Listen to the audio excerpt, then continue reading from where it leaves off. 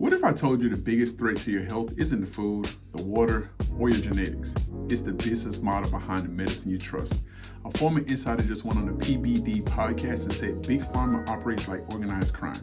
Not because everyone's evil, but because the system makes people's sickness profitable. And when staying sick makes someone billions, you had to start asking, who really benefits when you walk into a pharmacy and who loses? Let's talk about it. From Miami's first light to its night glow, we craft stories that move. You're watching Terrell Clayton Media. What's going on, family? It's Terrell Clayton. Today we're diving into a conversation that's been all over the internet. Is Big Pharma operating like organized crime? Now listen, I'm not pushing conspiracies. I'm pushing clarity. I'm pushing incentives. I'm pushing awareness. And I'm pushing financial and medical literacy at the same time. So let's take a breath, slow down, and talk about what's really being said, right? And why people are reacting the way they are. When someone uses the phrase organized crime, right? That's strong language. That's the kind of language we associated with mafias, cartels, racketeering. So for a doctor to say that about the pharmaceutical industry, people lean in, and here's why. Even if the words feel dramatic, the patterns that sit behind those words, those are real, right? We've seen price fixing, we've seen fraudulent marketing, we've seen companies hide negative trial results, we've seen aggressive lobbying, we've seen drugs push for profit instead of necessity. Those aren't internet theories, those are court cases, settlements, and historical facts. So when a whistleblower uses strong language, it hits because people have watched enough real world examples to say, okay, I get why he said it. But here's the other side that really gets talked about.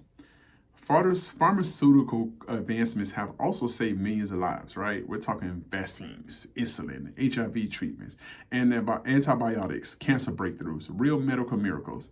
So now we have the tension, right? An industry created to save lives, but operating inside a system designed to make money. And those two missions don't always line up, right? Where's the synergy in that? So here's an uncomfortable truth nobody like to say out loud. The system profits more from people staying sick than people actually becoming healthy, right? Sickness creates reoccurring customers. Maintenance creates lifelong revenue. And that alone creates a massive conflict of interest.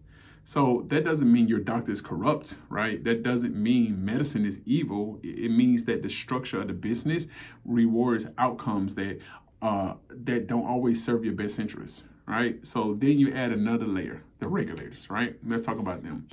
People assume the FDA is this independent shield protecting the public, and many people inside the agency genuinely care. But the problem is the revolving door. The same people who approve drugs today might go work for the company that made those drugs tomorrow for 10 times the salary. So how do you regulate a company now that when that company might be signing your paycheck later? That's the real issue. 10 times more. That's why trust keeps eroding. And let me talk about my people for a second, right? Black communities have a long history where medical systems that not have always protected us, right? You can go all the way back to Tuskegee, right? To forced sterilizations, to lack of research representatives, to representation, right? The doctor who did women checkups, any kind of proper representation, all the way to the maternal mortality rates today. We have every reason to ask tough questions, right? So when someone says organized crime, we don't hear it the same way everyone else does. For us, it touches trauma. It touches distrust. It touches experience, right? But we also had to be balanced. Not all medicine is bad, right? Not all pharma is corrupt. Not all science is tainted, right? The real conversation isn't about choosing sides. It's about understanding incentives, right? Because if the incentive is profit, the outcome will follow the profit, not the patient.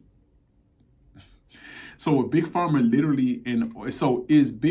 literally an organized crime syndicate? No, that's too broad, right? But is the business model capable of producing organized wrongdoing? Absolutely. History shows that very clearly. This isn't about fear. This is about empowerment. When you understand the system, you don't get manipulated by the system. When you understand incentives, you don't get caught in the trap of them. And when you take control of your own health, your lifestyle, your habits, your prevention, your wellness, you break out the cycle that the industry profits from. You don't have to fear medicine. You just have to understand the business behind it. You don't have to reject treatment. You just have to be aware of how treatments are marketed. You don't have to choose between natural remedies and Western drugs, right? You can take the best from both and make an informed decision. At the end of the day, family, this is all about ownership, right? Owning your health,